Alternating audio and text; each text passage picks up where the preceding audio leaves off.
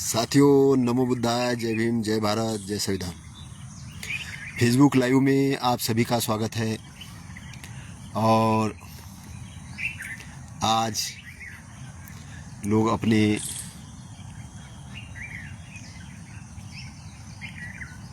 पूर्वजों को याद कर रहे होंगे और कुछ लोग उनके नाम से श्राद्ध कर रहे होंगे। लेकिन ये परंपरा क्या बुद्धिस्टों में भी है? क्या कबीर साहब जी इसका समर्थन करते हैं? क्या संत रैदास साहेब इसका समर्थन करते हैं? तो ये किस प्रकार का मोक्ष दिलाने की बात करते हैं? हिंदू धर्म में किस तरीके की बातें हैं? थोड़ा हम संक्षेप में इस पर चर्चा करेंगे। और चर्चा इसलिए करेंगे क्योंकि एक जन जागृति के तहत ये बातें मैं आपको बताऊंगा और आप मेरे साथ ये बातों को सुनेंगे। तो हम चलते हैं अपने टॉपिक पर।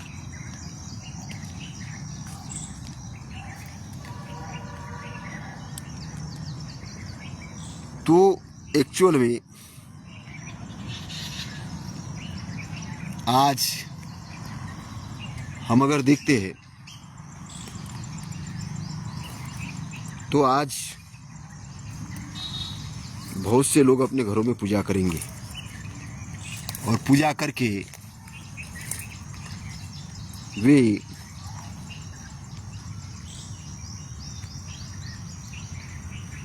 अपने पूर्वजों के लिए, अगर वो हिंदू मान्यता को मानने वाले हैं तो पिंडदान करेंगे, किसी ब्राह्मण को बुलाएंगे, पूजा करेंगे, भोजन अर्पण करेंगे और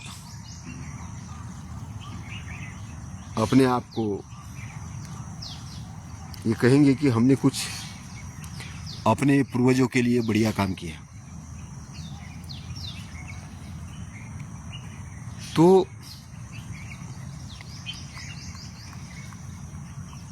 आपको मैं ये बताना चाहता हूँ कि हमारा जो उद्देश्य है, हमारा जो ऑब्जेक्ट है, ये उद्देश्य हमारे महापुरुषों का प्रचार प्रसार करना है। तो मैं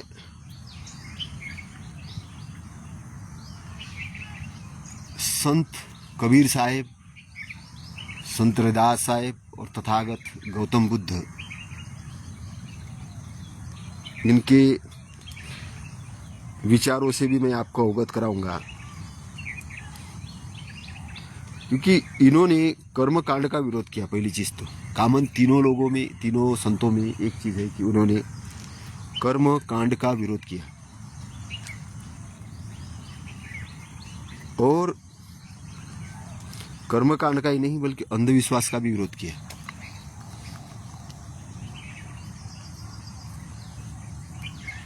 और इन्होंने श्राद्ध पक्ष को अलग दृष्टिकोण से देखा। इनका दृष्टिकोण बहुत अलग है।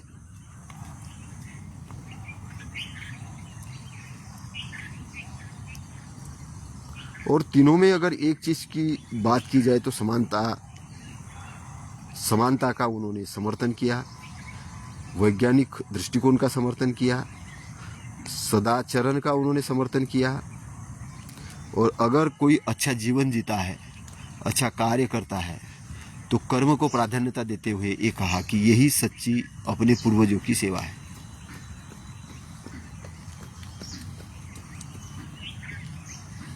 तो तथागत गौतम बुद्ध का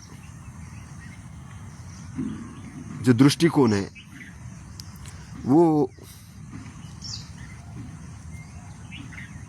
तिरोकुट्ट सूत्र के अंदर में आता है, जिसमें वे कहते हैं कि आंसू जल पिंड चढ़ाने से पितरों का कोई लाभ नहीं होने वाला, आपके रोने से कोई लाभ नहीं होने वाला, पिंड दान चढ़ाने से कोई लाभ नहीं होने वाला। तो फिर दान देना है तो संघ को दान दो, जरूरतमंदों को दान दो। संघ को दान देने से क्या फायदा होगा? बुद्ध धम्म का जो संघ है उसको दान देने से क्या फ़ायदा होगा? उसको दान देने से ये फ़ायदा होगा कि वो आपके पितरों के जो मृत्यु लोग हैं उनके पुण्य कर्म को याद करवाएंगे कि उन्होंने ऐसे कार्य किए, आपको उसको बताएंगे, आपको याद दिला के उन कर्मों की तरफ, अच्छाई की तरफ आपको भी प्रेरित करेंगे कि आप भी अच्छाई की तरफ जाओ।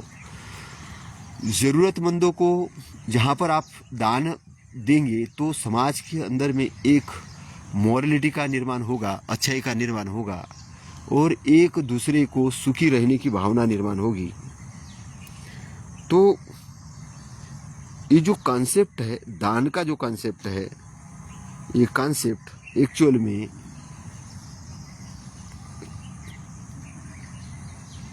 क्यों आया, ये सोचने वाली बात है। दान का कॉन्सेप्ट जो है तो क्यों आया? दान का कॉन्सेप्ट इसलिए आया कि समाज के अंदर में एक नैतिकता का वातावरण बने, नैतिकता का वातावरण बने और एक दाता का प्रोग्राम अगर है तो प्रकृति आपको दे तो रही है, दान ही तो कर रही है। सबसे पहले अगर सीखना है तो प्रकृति से सीखना है। प्रकृति हमसे कोई ऑक्सीजन का पैसा मांगती है कि भाई मैं ऑक्सीजन दे रही हूँ? नहीं लेती, देती है। सूरज हमें प्रकाश देता है, क्या उसका हमें कोई पैसा देना पड़ता है? नहीं। तो जो हवा है, पानी है, आजकल पानी हम फिल्टर करते हैं तो उसका ज़रूर, क्योंकि हमने गंदगी जो मचा रखी है उस गंदगी के कारण हमें पानी को फिल्टर करना पड़ रहा है, वो अलग चीज़ है ना, वो हमारे कर्म है।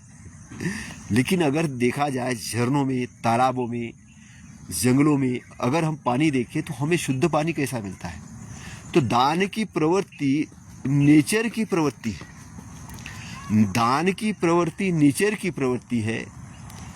आप किसी को अगर दान दोगे तो वो प्रिंट किए हुए नोट दान दोगे, कुछ उस पृथ्वी का मिला हुआ अन्न दान दोगे, भोजन दान दोगे, कपड़े दान दोगे, और उस पृथ्वी का बनाए हुए प्रोडक्ट से एक कोई मकान है उसमें रहने को दोगे। इस चीज़ें आप दान करोगे।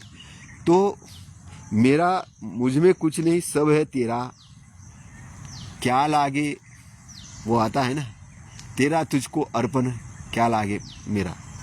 जो इस टाइप की जो लाइनें आती है कि तेरा तुझको ही अर्पण है, मेरा क्या है, मेरा तो शरीर भी नहीं है।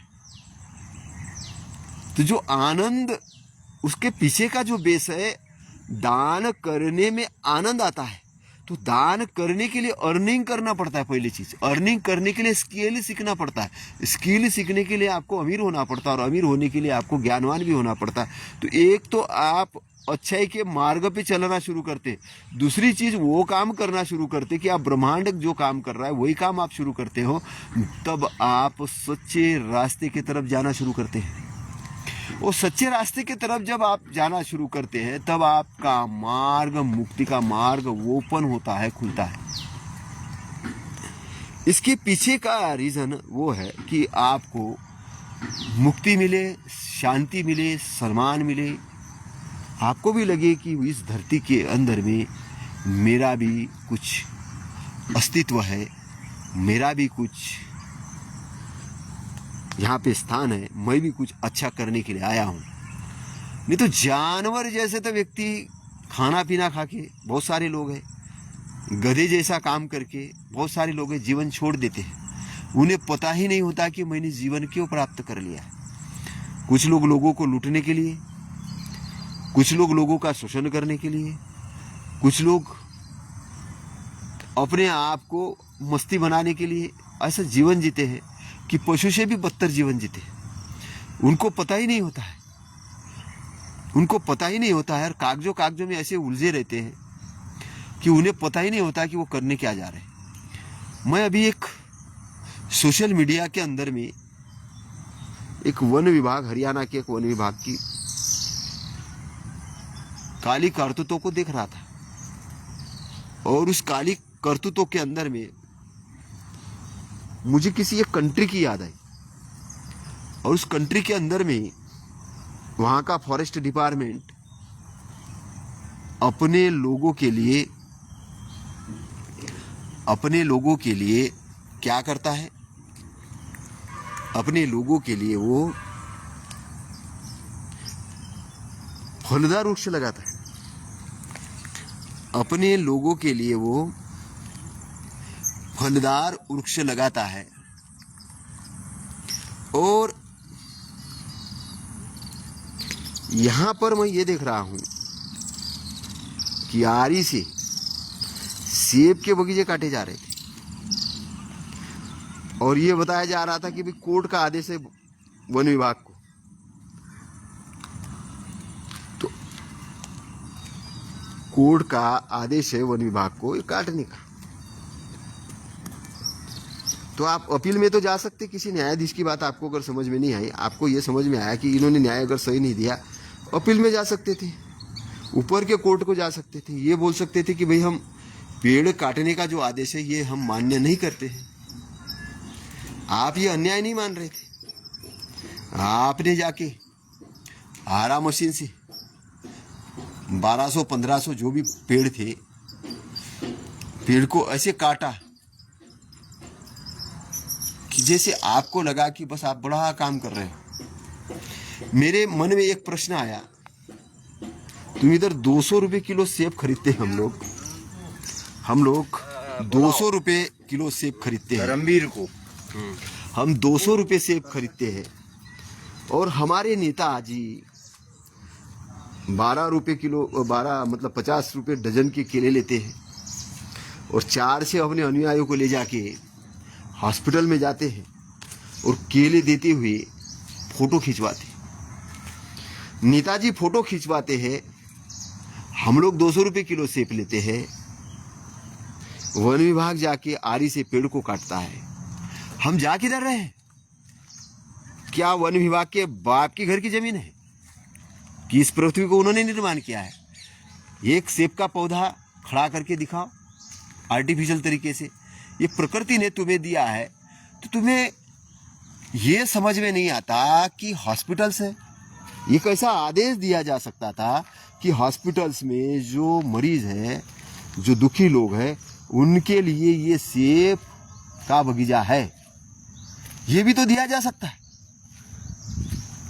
तुम काटने में इतने नंबर 1 में हो गए हो कि तुम्हें पेड़ काटना, मैं तो इस भारत देश के सरकार से इतना परेशान हूं, खुद परेशान हूं, इनके मति पर मैं परेशान। रोड बनाएंगे, पेड़ काटेंगे, पहाड़ को तोड़ेंगे, रोड को काटेंगे, सारी जो वन संपदा है, बोले खनिज निकालना है उसके लिए जंगल काटेंगे। खनिज निकालने के लिए आपको जंगल काटने की क्या जरूरत है? कोयले की खदानें, तुम अंदर में जाके कोयला निकालते हो, ऊपर की जमीन तो वैसी ही रहती है। तो तुम्हें पेड़ काटकर हीरे, जो भी सोना चांदी जमीन के अंदर है, उसको पेड़ काट कर कि तुम अंदर में जाके भी तलाश कर सकते हो। टेक्नोलॉजी बहुत अच्छी आ गई है, टेक्नोलॉजी कोई कमी है? अभी टेक्नोलॉजी तो कोई कमी नहीं है। चाइना के अंदर में बड़े बड़े पेड़ वो एक स्थान से दूसरे स्थान ट्रांसफर करते हैं, उनके पास भी वो टेक्नोलॉजी है, हमारे पास में क्यों नहीं? हमारे पास में क्यों नहीं है? क्योंकि हमने जल, जमीन और जंगल की इज्जत करना बंद कर दिया।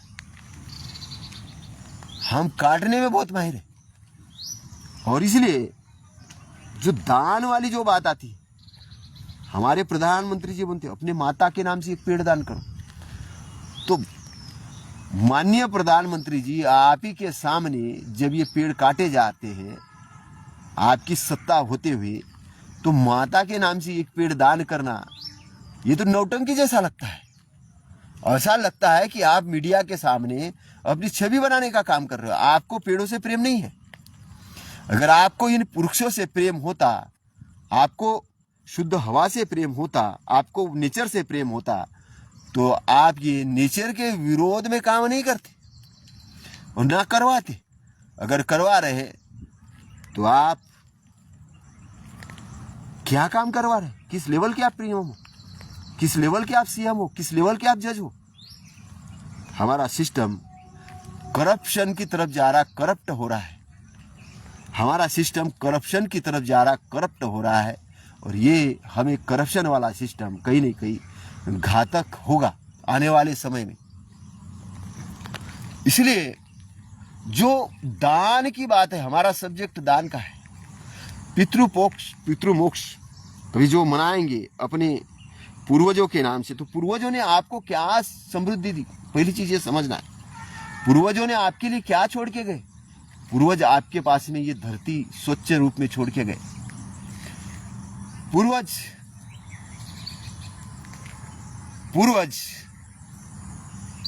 आपके पास वो ज्ञान छोड़ के गए। तथागत सम्यक संबुद्ध ने जो धम्म इजाद किया, सुव्याख्यात किया, प्रचार प्रसार किया, किस लिए किया? कि आप शांति से रह सको, सम्मान से रह सको, तरक्की कर सको, आप अच्छी अच्छी चीजों का उपयोग कर सको। संत कबीर साहब, नानक साहब, रैदास साहब, हम इन संतों की वाणी देखते हैं। इन वाणियों के अंदर में मानवता के लिए सच्चा प्रेम है। तो जो दान की बात आती है, तो इसमें तथागत कहते हैं, तथागत का दृष्टिकोण क्या है? कि आंसू जल पिंड चढ़ाने से पितरों का कोई लाभ नहीं होता। आंसू रो उनके नाम से, क्या होगा? पिंड चढ़ाओ, खाना चढ़ाओ, शरीर रूप में तो वो चले गए, शरीर तो जल गया, चेतना के रूप में, और तुम उनको भोजन दे रहे हो।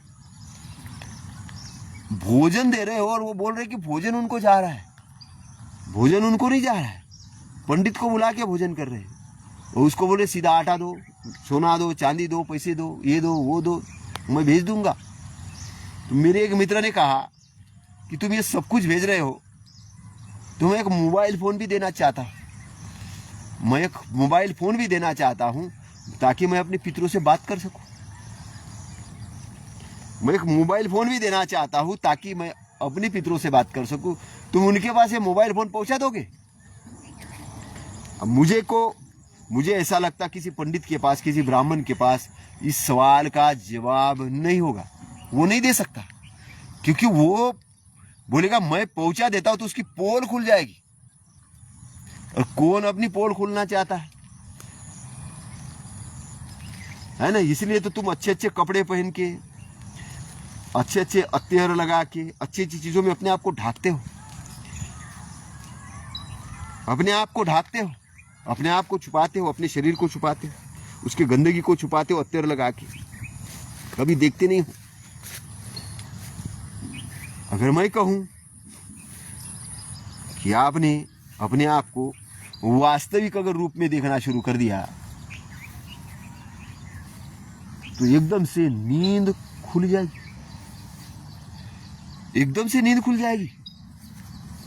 तुम भटकाते हो, तुम भटकते हो, तुमको लगता है हम अपने माता पिता को भोजन दे रहे, माता पिता को जल चढ़ा रहे, माता पिता के नाम से पैसा दे रहे। लेकिन जब वो माता पिता जीवित थे, माँ कहती थी बेटा पानी पिलाया, प्यास लग गई, क्यों बुड्ढी तुमको उठना नहीं होता है पानी पीने के लिए, मेरे को बता रही हो? वो तुम ही थी। पिता ने कहा बेटा मुझे हॉस्पिटल लेके चलो, तुमने कहा मेरे पास टाइम नहीं है, मुझे अपने ऑफिस जाना है। और कई तो बच्चे इतने बदमाश हैं, उन्होंने बोला हमारे पास टाइम नहीं, हमारी बीबी रखना नहीं चाहती, इसलिए उनको वृद्धाश्रम में डालवा दिया, रोडों पर फिकवा दिया। ऐसी भी घटनाएं हो रही, रोडों पे फिकवा दिया।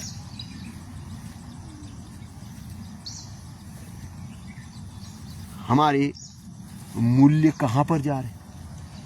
तो जब ये मर जाते हैं फिर पश्चाताप होता है, अरे हमने गलत किया अपने माता पिता के साथ, हमको ऐसा नहीं करना चाहिए था, हमको ऐसा नहीं करना चाहिए था। फिर किसी पंडित को, ब्राह्मण को ढूंढते हो और कहते हो कि आज पितृमुक्ष अमावस्या है, पिंडदान करना है और उनके नाम से भेजना है। वो फिर पंडित भी बड़े चालबाज होशियार, वो फिर कौवे को खाना खिलाते, कौवे को। बोले कौवा खाया, ये कौवे ने खाया तो तुम्हारे पिताजी के पेट में चला जाएगा। काला कौवा, कौवा खाया, रोटी खाया, भजे खाया, अच्छी अच्छी चीजें खाया, लेकिन वो सब क्या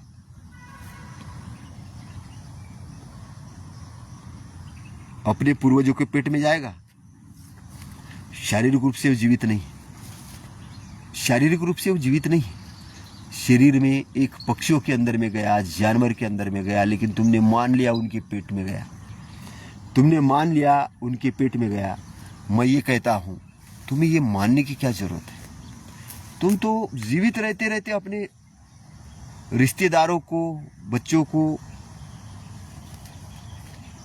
अच्छे से देखभाल करो, अपने परिवार की देखभाल करो, माता पिता की देखभाल करो। अगर ये करते हो तो तुम्हारा पितृ मोक्ष तो ऐसे ही सिद्ध हो जाएगा। तो तथागत का दृष्टिकोण ये था कि रोने से कुछ नहीं होने वाला। लोग रोते रहते हैं, है ना, जो मृतक के नाम से अगर रोते रहो तो रोने से कुछ नहीं होने वाला।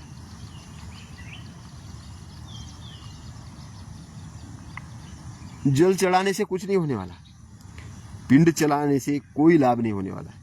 तो लाभ कहाँ पे होगा? दान देने से। क्या दान देने से? संघ को या जरूरतमंदों को।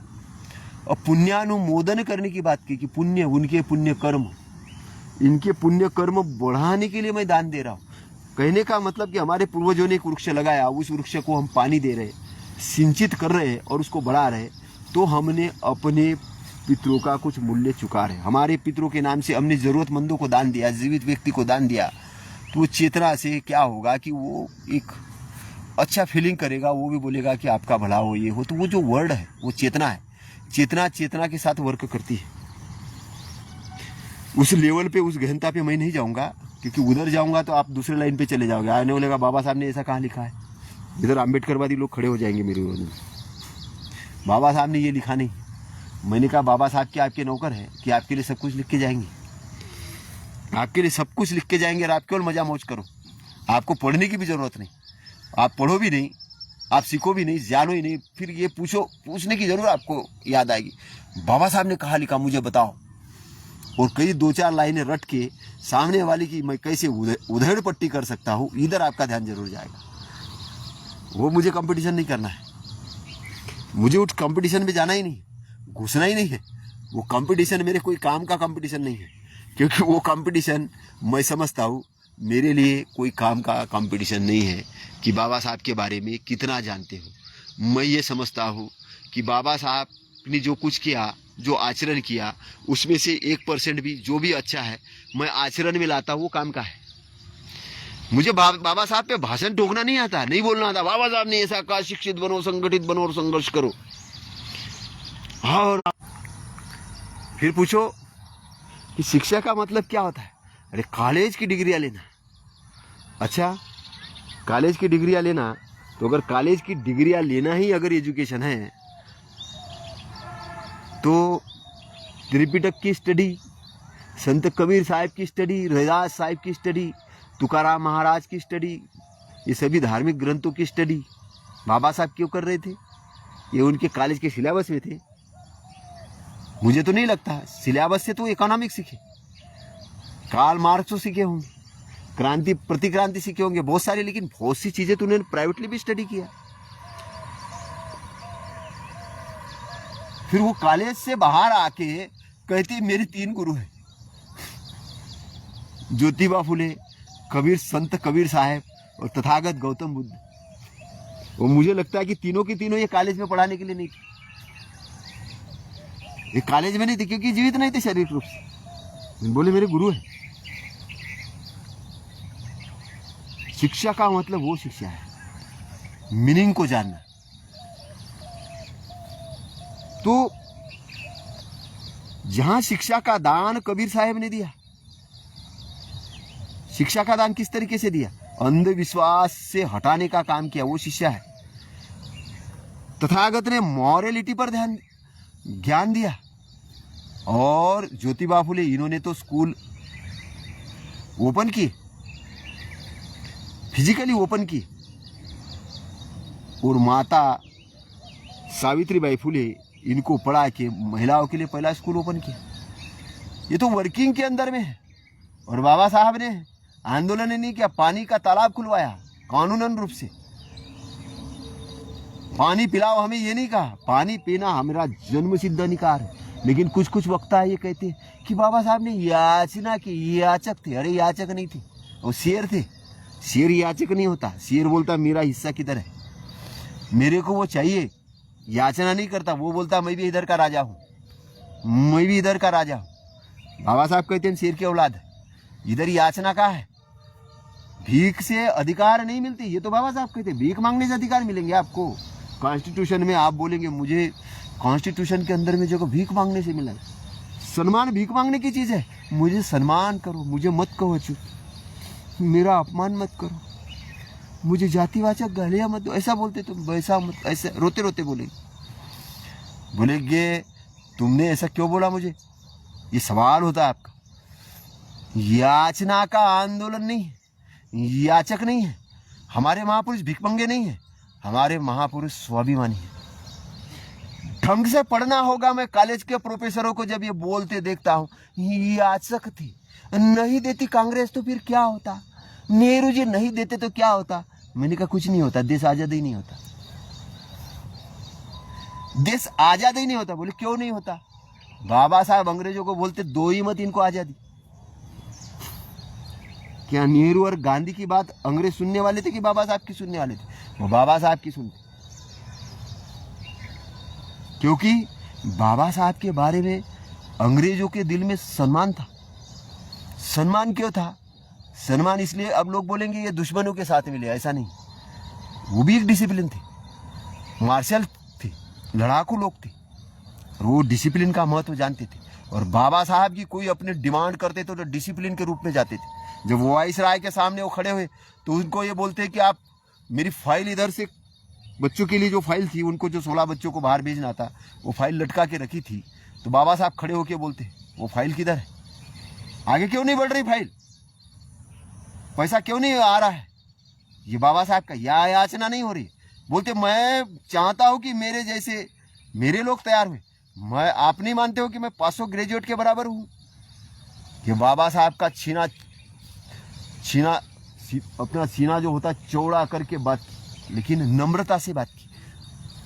उसमें सिंह जैसी झलक है। तो सम्राट अशोक के 4 शेर, जागृत वाले शेर, जो चेतना है निडरता वाली, वो चेतना बाबा साहब के अंदर में, वो चेतना बाबा साहब के अंदर में निडरता से बात करते। याचक नहीं है कि मुझे खाने को दो, मैं बीमार हूं, मेरे को कुछ, ऐसे नहीं है। किसी भी सेंटेंस के अंदर में नहीं है। बड़ौदा के अंदर में मेरे लोगों को अगर मैंने आजाद नहीं किया, मैं अपने आप को गोली मार दूंगा, ऐसा कहने वाला आदमी।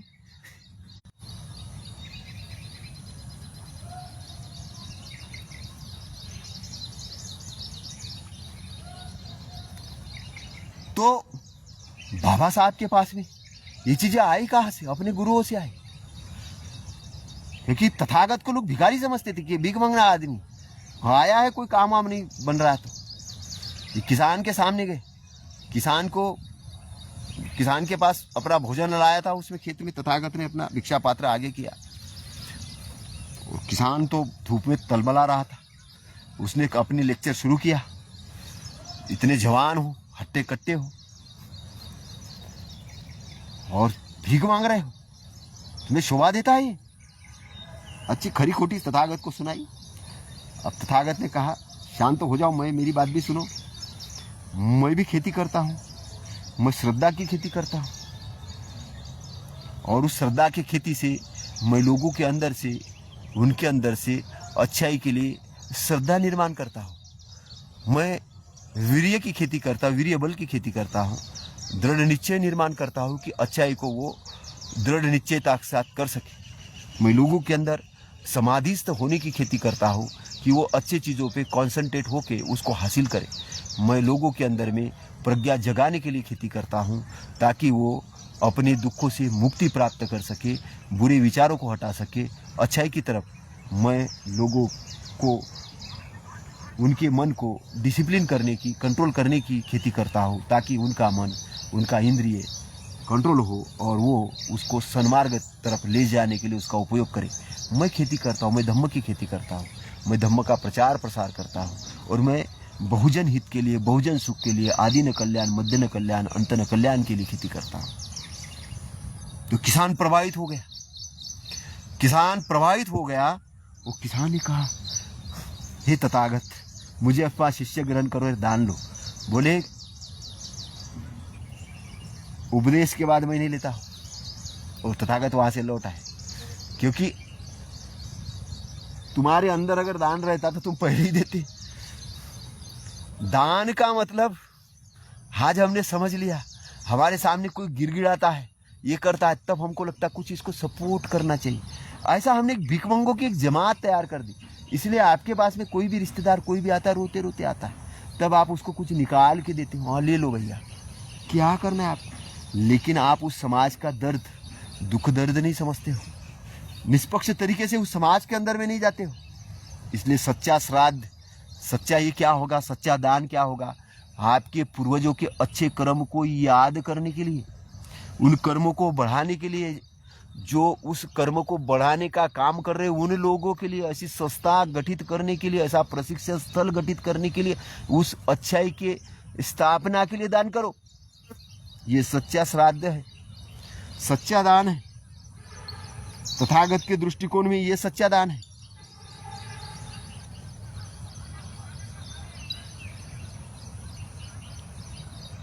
जो करुणा के लिए हो, जो बीमार लोग हैं उनके लिए हॉस्पिटल बनाने का, उनके लिए दवा करने का। अगर आप एक अच्छे डॉक्टर हो तो अच्छे उनको स्वस्थ करने के लिए, अगर आप अच्छे इंजीनियर हो तो लोगों के अच्छे मकान बनाने के लिए, रोड बनाने के लिए, स्ट्रक्चर बनाने के लिए, आप अगर टीचर हो तो विद्यार्थी को अच्छे लेवल की विद्या देने के लिए, आप जहाँ पर भी हो, आप अगर व्यापारी हो तो अच्छी सेवा करने के लिए, अगर आप प्रशासनिक अधिकारी हो तो आप फाइल लटकाने के लिए नहीं कि मेरे को इतना नहीं मिलेगा तो जान ही नहीं दूंगा फाइल।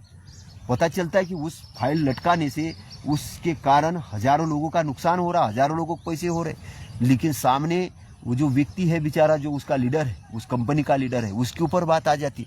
और आज हमने कई अधिकारियों ने हमारे छोटे छोटे बिजनेसमैनों को खत्म कर दिया है, खत्म कर दिया अपने फाइलों के चक्कर में कि पैसा नहीं मिला तो। और हमने एक उभरते हुए बड़े बड़े बिजनेसमैन जो छोटे से बड़े बनने वाले थे, उसका खात्मा कर दिया ये भ्रष्टाचार वाले सिस्टम ने।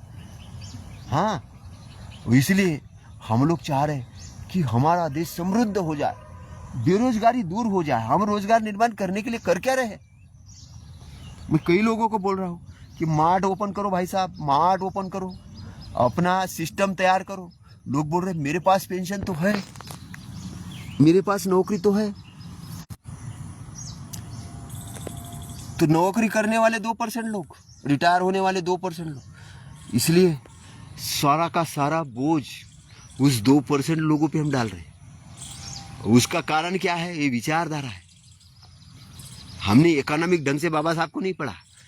हमारे सारे संगठन, अधिकतर संगठन नौकरी वालों के संगठन बने हुए हैं। सोशल डेवलपमेंट वाले, सोशल डेवलपमेंट के लिए हमको ऑर्गेनाइजेशन बनाने होंगे। हमारा कोई एक नेता आता है, बहुत सारे संगठन बना रहे लोग, घर घर में संगठन हो रहे। अरे घर घर में आदमी भी तो है।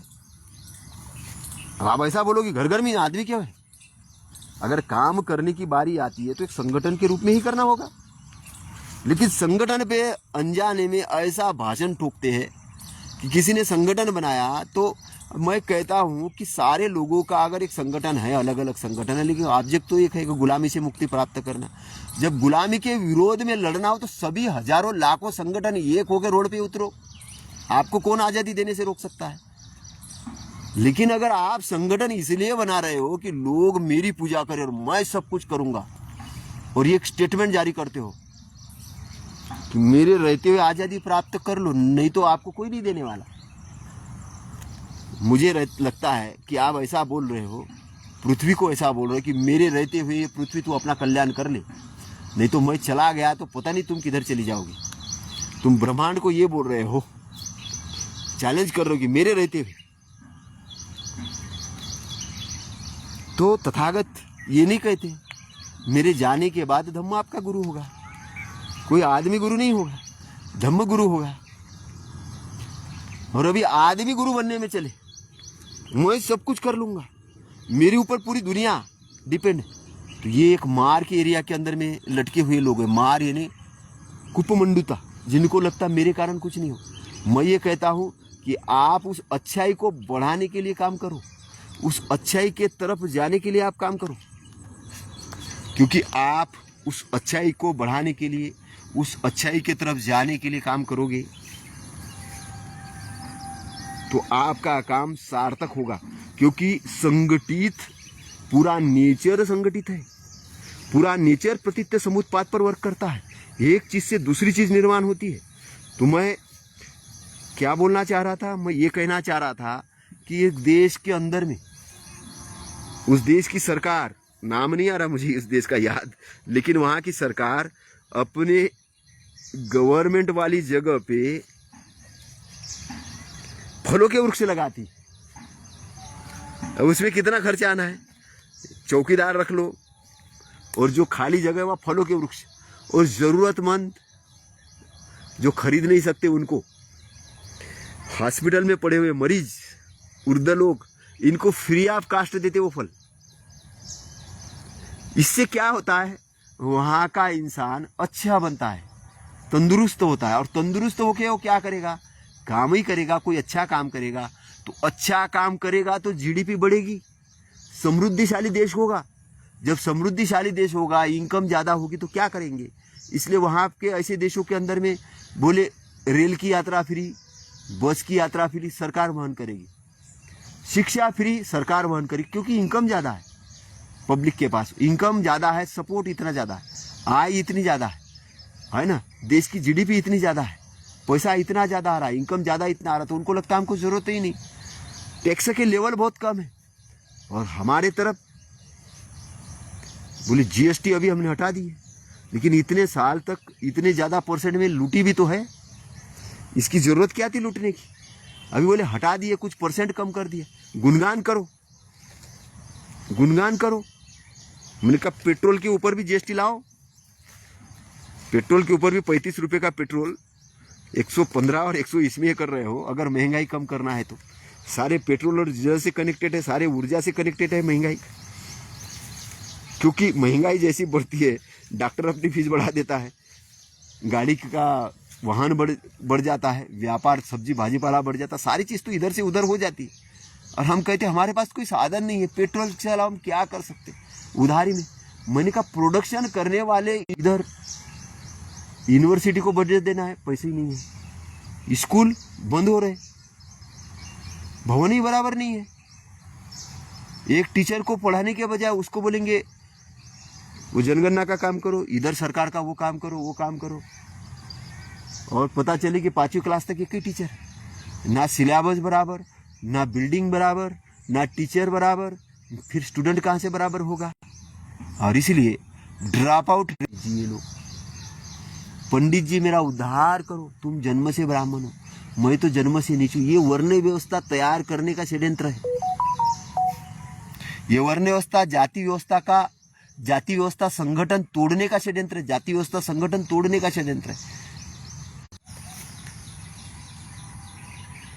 कुम्हार घड़े बनाता था पानी पीने के लिए, जरूरत थे, मिट्टी के बर्तन सबसे ज्यादा उसमें नेचुरल तत्व होते। आज भी हमारे जो नेचुरोपैथी के डॉक्टर्स है वो उसका उपयोग करने के लिए बोलते हैं। लोहार लोहे की चीज़ बनाता है, सोनार सोने की चीज़ बनाता है, मोची चमड़े की चीज़ें बनाता है। ये ज्ञानी लोग हैं। और किसान खेती करता है, उत्पादन करने वाले लोग, फल फ्रूट उगाने वाले लोग, आपको जीवन अच्छा बनाने वाले लोग, ये सेवक लोग नीच कैसे हो गए? आपने इनको ऐसे कैसे लिखा? आपने मनुस्मृति ग्रंथ लिखने की जरूरत कैसे की? और लिखी भी तो आज आपकी हिम्मत कैसे हो रही कि संविधान को नहीं मानता, मैं तो मनुस्मृति को मानता। मैंने कहा उसका अप्लाई करके दिखाओ, फील्ड के अंदर में अप्लाई करके दिखाओ, समझ में आ जाएगा संविधान क्या है, फिर वो जनता क्या है। अप्लाई करने की हिम्मत नहीं है, अप्लाई करने की हिम्मत नहीं है, लेकिन माइंड को धीरे धीरे डाइवर्ट करने की हिम्मत है। तुम मेंटल को कंट्रोल करना जानते हो, तुम मेंटल रूप से लोगों को गुलाम करना जानते हो, इसलिए ये हमारा गुलाम बना हुआ समाज, ये जो विहारों के अंदर में हम बोलते हैं इनको बहुत बड़ा ज्ञान मिल रहा है, विपश्यना सेंटरों में हम बोलते हैं बहुत बड़ा ज्ञान मिल रहा है, चलो हम मानते हैं कि सब जगह बड़ा ज्ञान मिल रहा है, लेकिन वो ज्ञान हमें रिजल्ट ओरिएंटेड होना चाहिए, रिजल्ट में दिखना चाहिए। महिला विहार में जा रही है, खूब प्रवचन सुन रही है, और घर में आके सास के साथ झगड़ा कर रही है। सास तो आती नहीं विहार में, वो बोलती मुझे जाने की जरूरत नहीं, मुझे तो बहुत बड़ा ज्ञान है, मुझे बहुत बड़ा ज्ञान है, और बहू सुन के आ रही है, लेकिन दोनों की झगड़ा चल रहा है, वो एक दूसरे का सम्मान नहीं कर रहे, तो हमारी फैमिली किधर जा रही है। और बेटा बोलता है मम्मी पापा आप मेरे पास नहीं रहो, दूसरे भाई के पास चले जाओ, आप गांव में रहो, इधर रहो। हमारे लेवल ऐसे हो रहे, भाई को मदद करने की बात आ रही, दूसरा भाई पूछता है पत्नी को बुलाओ क्या उसको, कुछ दूं क्या, पत्नी बोलती बिल्कुल नहीं देना। उसका भाई आता है, वो बहन आती है, आपस में हम ऐसे निर्माण कर रहे हैं अपने परिवारों को। तो हमारे अंदर में धम्म कहाँ गया, किधर गया। लेकिन वो लोग मरने के बाद श्राद्ध पक्ष करेंगे, पिंडदान करेंगे, और उनके मुक्ति के लिए पूजा अर्पण करेंगे, उससे पूजा अर्चना नहीं होगी। इसलिए कबीर साहब कहते हैं पिंड तर्पण करिए सब कोई जीवत पिंडन दिन, यानी मरने के बाद तो लोग चावल जल चढ़ाते हैं, लेकिन माता पिता जब जीवित रहते हैं तब उनको भोजन भी नहीं देते, उनको स्नेह ही नहीं करते। संत रविदास साहब क्या कहते, संत रविदास साहब भी जातिगत पाखंड के विरोधी थे, कर्मकांडों के विरोधी थे, और वो कहते थे मनुष्यता की सेवा, सच्चाई के साथ व्यवहार करना, परिश्रम का फल पाना और दान करना अच्छी चीजों को बढ़ाने के लिए, यही सच्चा धर्म है। और संत कबीर साहब ने पिंडदान को तो दिखावा कहा।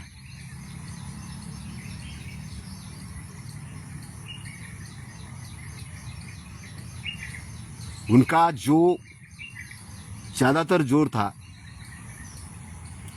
वो कहते थे कि गरीबों को अगर भोजन नहीं मिला तो तुम्हारे पूर्वजों को अर्पण किए गए पकवान व्यर्थ है, फालतू के है, कोई लाभ नहीं होने वाला।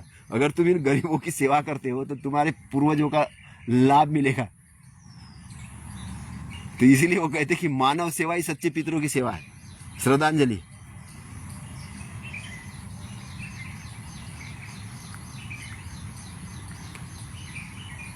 तो क्या है, पूर्वजों का सम्मान कर्मकांड से नहीं है, बल्कि जीवितों की सेवा करनी, उनकी याद में, उनके पुण्यानुमोदन में, उनके पुण्य के परिणाम से हमें अच्छा जीवन मिला, पढ़ाई लिखाई के लिए मिला, इसके लिए हम उनकी याद में कुछ अच्छी चीज़ें करें, अच्छे विहार बनाए, अच्छे स्कूल बनाए, अच्छे वृद्धाश्रम ओपन करें, अच्छे चिकित्सालय बनाए, जो आप कर सकते, जितना आपका है, जितना आप दे सकते हो, तो उससे क्या होगा, वो सच्ची श्रद्धांजलि होगी, वो याद किए जाएंगे, उनके अच्छे कर्म याद किए जाएंगे, आपका नाम होगा, आपके परिवार का नाम होगा, उनका नाम याद रहेगा। तो ये सच्ची श्रद्धांजलि होगी, सच्चा दान होगा।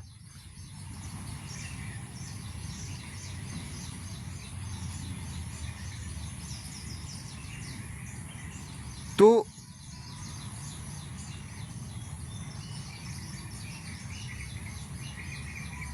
तीनों महापुरुष हमें यही संदेश देते हैं,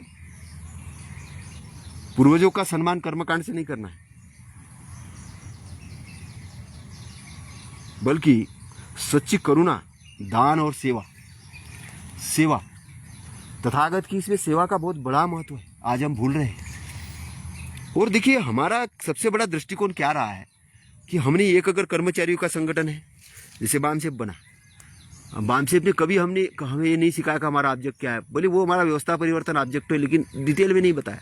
व्यवस्था परिवर्तन तो हमने समझ लिया कि बामसेप सारा काम करेगा, सब काम करेगा, लेकिन बामसेप का व्यवस्था परिवर्तन मतलब जो अंधविश्वास वाली व्यवस्था है उसके प्रति जन जागरण करना, प्रचार प्रसार करना, ये इसका ऑब्जेक्ट है। जो जिसका ऑब्जेक्ट है उसके लिए काम करता है। लेकिन हम गए बामसेप के बाद भाई हमें व्यापार करना है, तो हम कुछ वॉलमार्ट जैसे स्टोर ओपन करना चाहते हैं, उनका आपके सदस्य है, इतने सारे सदस्य हैं, सब लोग मिलकर मैंने कहा अगर लाख, 5 लाख, 10 लाख, 20 लाख जो सदस्य होंगे एक एक शहर के अंदर में, अगर 1 लाख भी सदस्य है तो 1 लाख अगर आपका परिवार है तो 1 लाख परिवार एक जगह पे आके कोई अपना डिस्ट्रीब्यूशन सेंटर ओपन करे, वहाँ से सामान खरीदे। बोली इससे क्या होगा? मैंने वालमार्ट जैसा वालमार्ट बन जाएगा। मैंने अपने विचार रखे, मैंने कहा 50% तक की बचत हो जाएगी और वो किसी के जितने भी सदस्य उससे जुड़े रहेंगे उनसे दान लेने की जरूरत नहीं, चंदा की रसीद काटने की जरूरत नहीं। उससे क्या होगा? मैंने कहा पैसा भी मिलेगा, रोजगार भी मिलेगा और संगठन भी चलेगा। मैंने कनेक्टिविटी दी। हमारे राष्ट्रीय अध्यक्ष जी ने बोले लोगों का ये हो जाएगा, उसका फोकस हट जाएगा, क्योंकि उनको फोकस नहीं हटाना था, ये उनका दृष्टिकोण था, मेरा अपना दृष्टिकोण था। और आज हमारा एनिमी है, वो स्कूल भी चला रहा है, मंदिर से भी पैसा कमा रहा है, व्यवसाय भी चला रहा है, खेती भी कर रहा है, दान के सेंटर भी चला रहा है, लेने की कथा प्रवचनों का भी चला रहा है, और उसके साथ साथ में सारा संग्रहित कर लेता, उद्योगपतियों को भी चला रहा और सरकार भी चला रहा है। और हम बोलते पिछवाड़े पे उसके ऐसे, मतलब ऐसी बात करते हमारे लोग खड़े होके, पिछवाड़े पे हम ऐसा कर लेंगे। अरे सब कुछ कर लोगे, भाषणों में करोगे, वर्किंग में भी तो आओ, वर्किंग में भी तो आओ। क्या प्लानिंग है आपके पास में? तो अगर सरकार ने 30,000 स्कूल बंद किए, उसके पैरेलल में आपने क्या प्लानिंग करके रखी उसको बचाने के लिए? नहीं, हम आंदोलन करेंगे, हम आंदोलन करेंगे, बिल्कुल आंदोलन करो, आपके पास कोई रास्ता ही नहीं बचा। लेकिन पैरेलल टू पैरेलल आपकी व्यवस्था भी तो खड़ी करनी है, व्यवस्था का निर्माण भी तो करना है। तो सरकार हमारी कब रहेगी? जब हमारे लोग वहां पहुंचेंगे, विचारधारा के लोग। अब वो विचारधारा के लोग पहुंच रहे, वो साकेत को कन्वर्ट कर रहे। बोले साकेत जहाँ पे भिक्षु संघ का सेंटर था, 3,000 भिक्षुओं का प्रशिक्षण होता था, वहां पे अब पंडे जाके पूजा कर रहे और बोल रहे हमारा दान अभी 350 करोड़ का आ रहा है, इतने का। तो वो व्यवसाय बन गया बहुत बड़ा, और बोले धर्म की स्थापना यही से होगी। और तुमने ही अपने लिए गड्ढे खोदने का काम किया, उसी गड्ढे के अंदर जाके मरोगे। वो मरे भी, 6 दिसंबर के दंगे उसी के लिए तो हुए थे, वही थे, तुमने ही दंगे किए। लेकिन अभी ट्रस्ट के अंदर तुम किधर हो? कहाँ है? कहाँ हो? कोई नहीं है।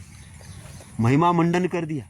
ये इधर हमारे जो बड़े बड़े पोस्ट पे दिए हुए लोगों को क्यों पोस्ट दी जाती? व्यवस्था के निर्माण के लिए, उनकी व्यवस्था को बरकरार रखने के लिए। बोले पीएम का पोस्ट ले लो, सीएम का पोस्ट ले लो, काम क्या करना है?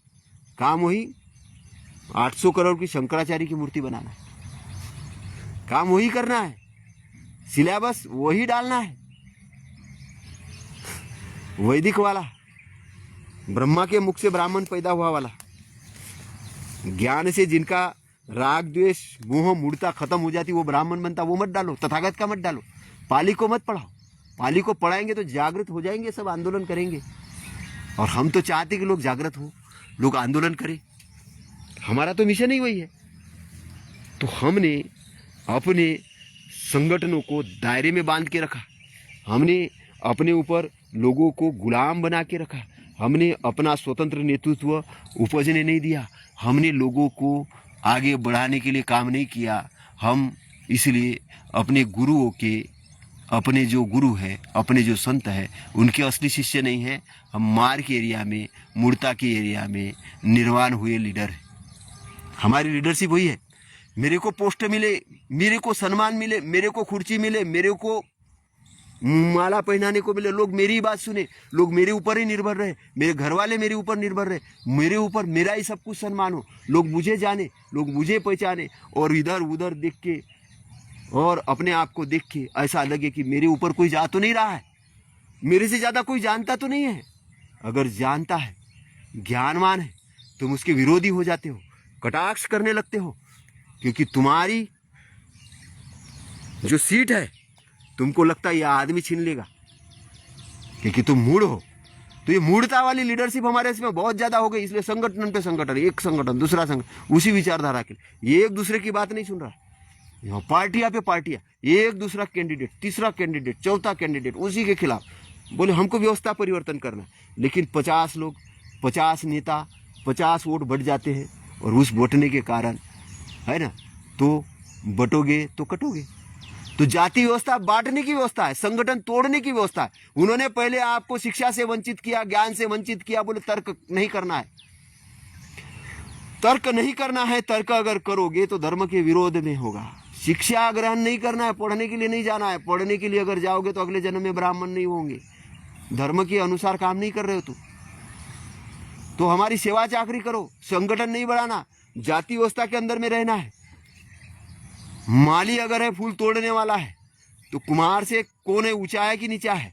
फिर चमार अगर है तो वो उससे नीचा है, झाड़ू पोछा वाला तो सबसे नीचा है। वो कैसे नीचा होगा भाई? तुम्हारे घर से मलमूत्र साफ कर रहा है, गंदगी साफ कर रहा है, तुम्हें स्वच्छता दे रहा है, बोले नीचे, क्योंकि स्वच्छता दे रहा है, वो तुम्हें स्वच्छता दे रहा है इसलिए नीचे हो गया। और दारू की भट्टी वाला, दारू पहुंचाने वाला ऊंच हो गया, क्योंकि व्यवसायी है, वो व्यवसायी है। तुम्हारे घरों के अंदर में, तुम्हारे घरों के अंदर में तुम्हारे बहू बेटियों को बिगाड़ने वाले, सीरियल बनाने वाला, सास भी कभी बहू थी और वो भी कोई था, और वो आपस में झगड़ा और अंधविश्वास फैलाने वाले, ये लोग तुम्हारे लिए व्यवसायी हो गए। और जो साधु, जो संत, अच्छाई का प्रचार प्रसार, वो तुम्हारे दुश्मन हो गए। तुम्हारे मूल्य कहाँ गए? तुम्हारे मूल्य कहाँ गए? पंडित के जाके पैर पड़ते हो, मंदिर में दान देते हो, और घर में भाई को गाली देते हो, माता पिता को घर से बाहर भगाते हो, बड़े बड़े बंगले बनाते हो, और लोगों को खाने के लिए बुलाते हो, और जिसने तुम्हें पाला पोसा उसको बुलाते ही नहीं हो।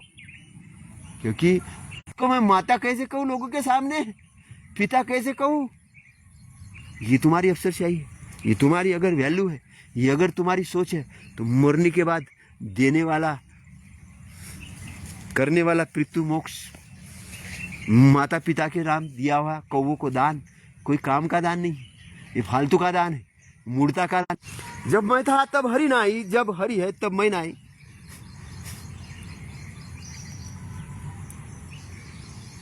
मतलब क्या है? जब मैं रहता है तब हरि नहीं, हरण करने वाला नहीं है, और जब हरण करने वाला है तब मैं नहीं होता है। सारी चेतना ब्रह्मांड की एक जैसी है, सारी अच्छाई के अंदर स्थापित है, लेकिन तुम मय करके, मय हरियाली दिखेगी, वो चेतना दिखोगी, प्रेम करोगे। इसलिए तो हमें पेड़ों से प्रेम है, अच्छी चेतना लगती है। मैं आपको वीडियो बना बना के अपना चेहरा न दिखा के पेड़ों को क्यों दिखा रहा हूँ? मेरे को पेड़ अच्छे लग रहे हैं, मेरे को ये तालाब अच्छा लग रहा है, मेरे को रंगी बेरंगी ये फूल अच्छे लग रहे हैं, क्योंकि उसकी चेतना को मैं महसूस कर रहा हूँ, आनंद लग रहा है, वो मुझे चेतना दे रहे, मैं उससे बात कर रहा हूँ, वो मेरे से बात कर रहे हैं। ये सारा ब्रह्मांड जीवित है, चेतना में ही है, और तुम अंधे हो, तुमको दिख नहीं रहा है, तुम अंधे हो इसलिए दिखाना चाहते हो। क्या दिखाना चाहते हो? क्या दिखाना चाहते हो? क्या है तुम्हारे पास दिखाने के लिए? तो ब्रह्मांड के पास बहुत चीजें, ये बहुत करुणामय है, ये बहुत करुणामय, बहुत आनंदमय है। लेकिन इसका आनंद, इसकी करुणा, इसकी मैत्री समझने के लिए तुम्हें अपने अंदर की मैत्री जगानी होगी। अपने अंदर की मैत्री जगाने के लिए तुम्हें अपने अंदर के वो सारे मैल भगाने होंगे। इसलिए तथागत का धम्म क्या है? मार्ग देने के लिए, वो उस अच्छाई के मार्ग पर ले जाने के लिए, ताकि तुम अपने अंदर से समान चीजों के साथ रहती। आकर्षण का नियम काम करता है, लॉ ऑफ अट्रैक्शन, समान चीजें समान चीजों के साथ होती है। इसलिए जो अमीर आदमी बन रहा है अभी, एलन मस्क कैसा सोचता है आपको पता है? मैं इलेक्ट्रिक कार बनाऊंगा, लोगों का प्रदूषण कम करूंगा, क्योंकि पेट्रोल डीजल कभी भी खत्म हो सकते हैं, पॉल्यूशन से लोगों के फेफड़े खराब हो रहे हैं, इसलिए मैं इलेक्ट्रिक कार बनाऊंगा। सब लोगों के लिए सोचता है, प्रोडक्शन करता है कार कई लोगों के लिए, तो कई लोगों के पास उसकी कारें जाती है, अमीर बन जाता है। सिस्टम आपको अमीर बनाता है, ये ब्रह्मांड आपको इतना अमीर बनाएगा, इतनी दौलत देगा, इस सिस्टम को समझो। अभी यहाँ पे भारत के अंदर में हमारे साथ प्रॉब्लम ये हो रही है कि हम सिस्टम निर्माण करते हैं, हमारे लोग सिस्टम निर्माण नहीं करने देते, वो चालबाजी करते हैं, उस सिस्टम को उखाड़ फेंकते हैं। उनको लगता है, इसलिए हमें क्या करने की जरूरत है? हमें प्रशिक्षित और नैतिकवान लोगों को साथ में लेके सिस्टम बनाने की जरूरत है। प्रशिक्षित और नैतिकवान लोग जो उस सिस्टम को चला सके, उसको स्थायी बना सके, उसको और बड़ा बना सके। इसलिए कम से कम हम लोग 500 भारत के अंदर में जीवित रहते हुए 500 धम्म स्कूल तो हम लोग आने वाले 10, 15, 20 साल में खोल सकते हैं। 10 साल में क्या लगता है? एक जिले में जाओ, कमिटियां बनाओ, 500 जिलों में जाओ, 500 कमिटियां बनाओ। कमिटियां बना के जो जितने ऑफिसर है सबको बोलो भाई इसके सदस्य बनो, एनजीओ बनाओ और धम्म प्रशिक्षण की स्थापना करो वहां पे।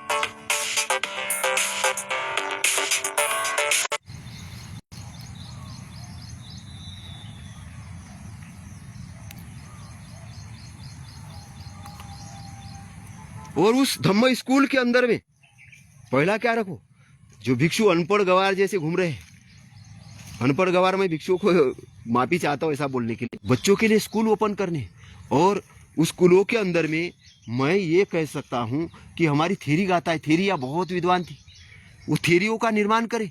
अभी कई लड़कियां, कई बच्चियां ब्रह्म कुमारी के अंदर में जा रही है, परेशान होके चलो भाई क्या करो, ब्रह्म कुमारी के अंदर में जाओ। कई बच्चियां शिव के शादी कर रही है, कई किसी अंडे पंडे के चक्कर में जा रही है। हमें इन बच्चियों को धम्म सेविका बनाना है, भिक्षु नहीं बनाना है। धम्म सेविकाएं बनाओ, भिक्षुनियां बनाओ, अनागारिक बनो। अभी हमारे पास में रिटायरमेंट कर्मचारियों की एक फौज है, लेकिन उस फौज का उपयोग केवल टेंट लगा के भाषणबाजी करने में मत लगाओ। आपका स्थायी कोई मठ भी हो, प्रशिक्षण स्थल भी हो, और मार्शल आर्ट जरूर सिखाओ। बोधि धम्म ने चाइना के अंदर में गया, कोरिया के अंदर में गया, थाईलैंड के अंदर, उधर जाके जापान के अंदर में इन्होंने मार्शल आर्ट भी सिखाया, ताकि माहौल बदल गया है, माहौल बदल गया है। अभी हमें अपनी फोर्सेस तैयार करनी होगी।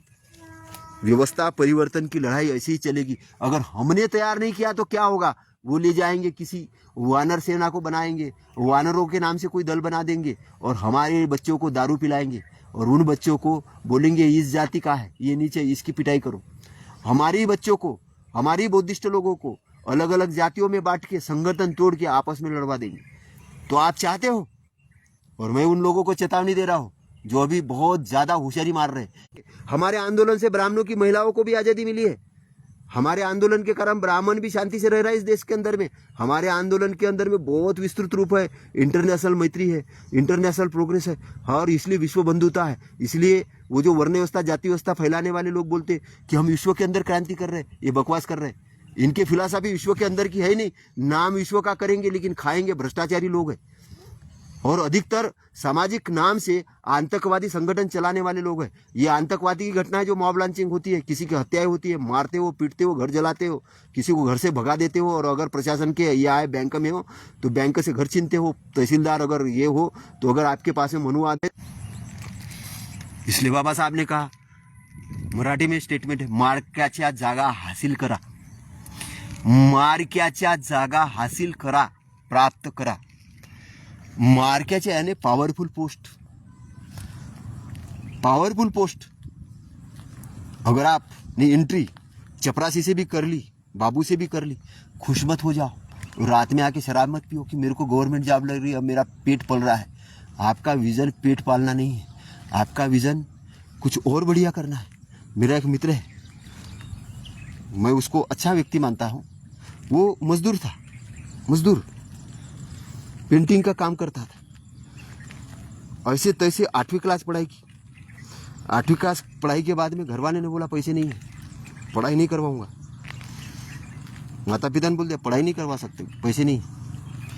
लेकिन उन्होंने पेंटिंग बनाना चालू रखा, रोज मजदूरी की, पैसा इकट्ठा किया, पढ़ाई बंद नहीं की।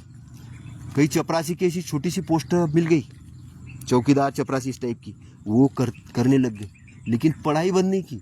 पढ़ाई करते करते 12वीं पास किया, 11वीं पास किया, पढ़ाई करते करते ग्रेजुएशन किया, ग्रेजुएशन करते करते पीजी किया, और सुपर क्लास 1 ऑफिसर बन के रिटायर्ड हुआ वो आदमी।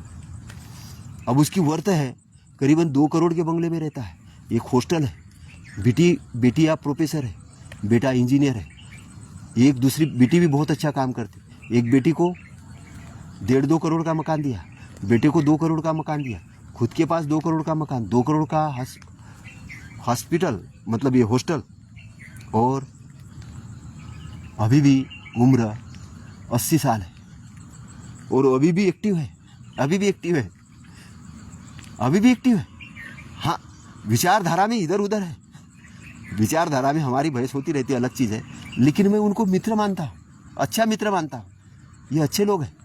चपरासी से भर्ती हुई, साधारण सी पढ़ाई की, लेकिन उन्नति करते गए, आगे बढ़ते गए। इसलिए उन्नति का रास्ता कभी बंद नहीं होना चाहिए। और 80 साल के अंदर में भी वो एक्टिव है, अभी भी निरोगी है। एक्टिव आदमी ज़्यादा जीता है। आपने जिस चीज़ का उपयोग करना बंद कर दिया, वो चीज़ ज़्यादा दिन आपके पास नहीं रहने वाली, क्योंकि ये प्रकृति का नियम है। मृत शरीर को समुंदर अपने अंदर नहीं रहने देता, फेंक देता उठा के। फेंक देता है। वो भारती मैडम जो प्रवक्ता है, फेंक देने वाली बात है, ये समुंदर से आई फेंकने वाली बात, फेंक दूंगी मैं उठा के, तुमको फेंक दूंगी उठा के, वो बोलती है ना ऐसी। ये समुंदर से आई हुई बात है कि समुंदर मृत लोगों को उठा के फेंक देता है।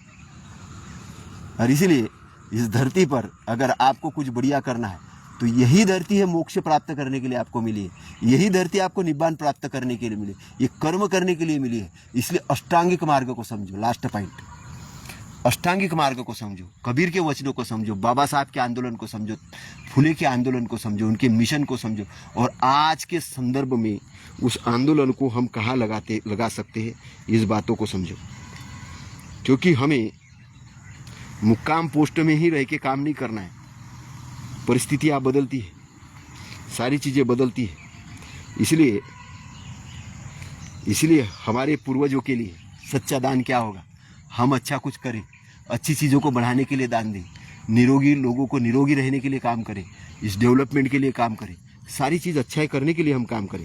तो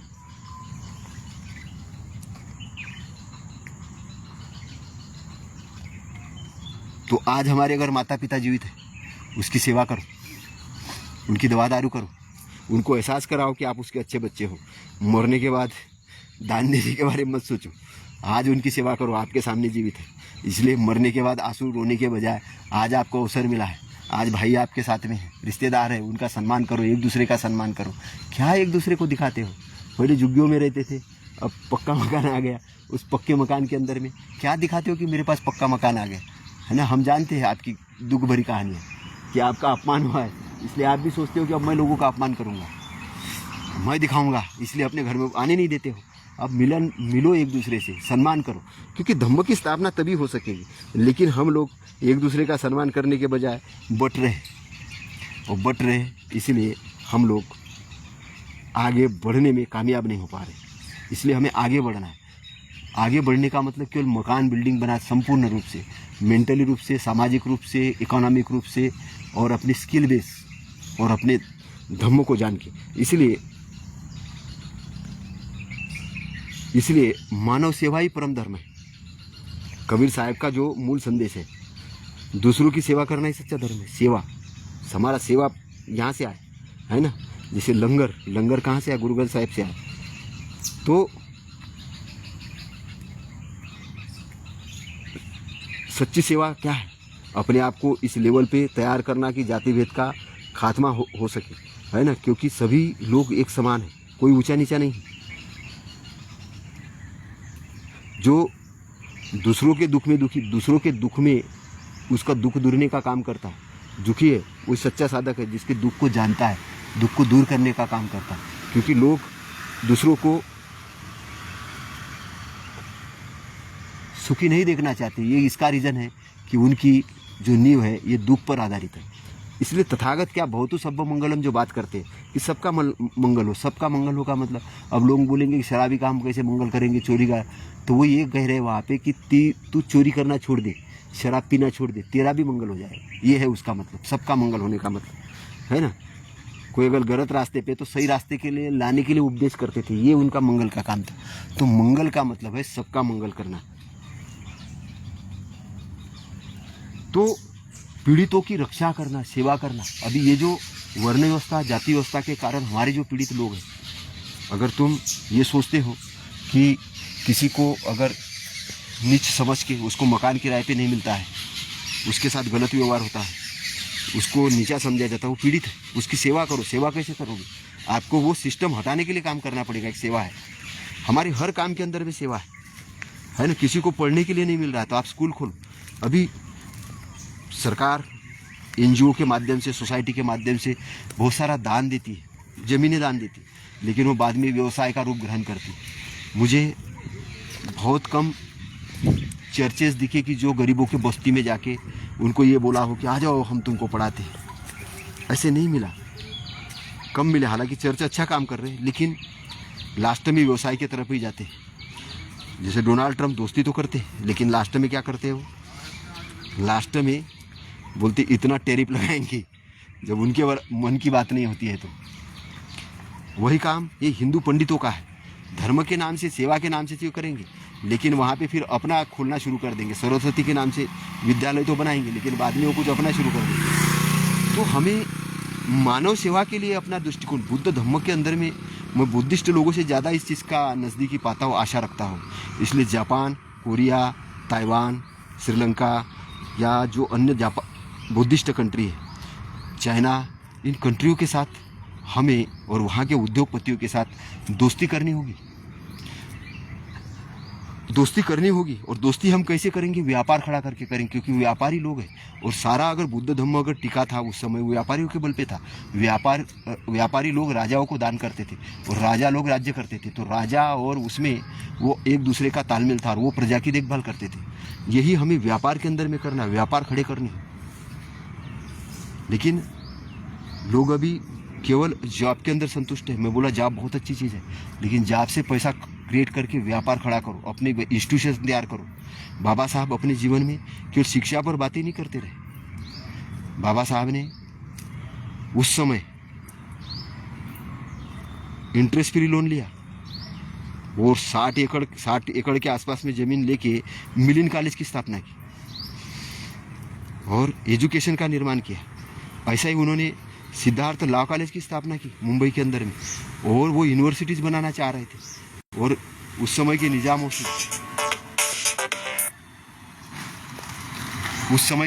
से जमींदार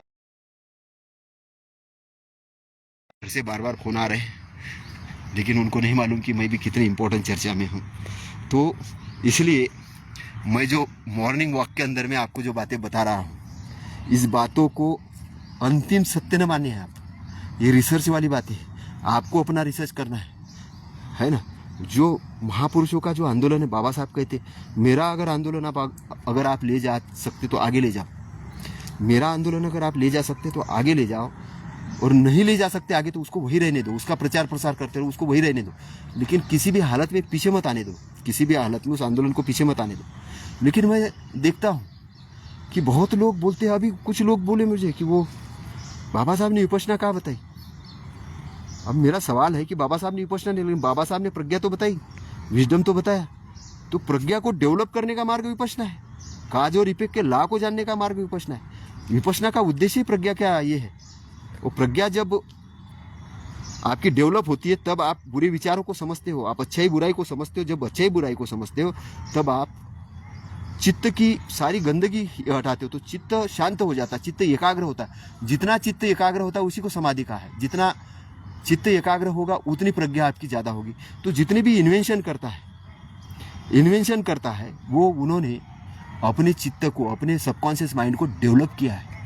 और डेवलप करने के लिए वो लाइब्रेरी के अंदर में गए, एकांत के अंदर में गए। एकांत में लाइब्रेरी है।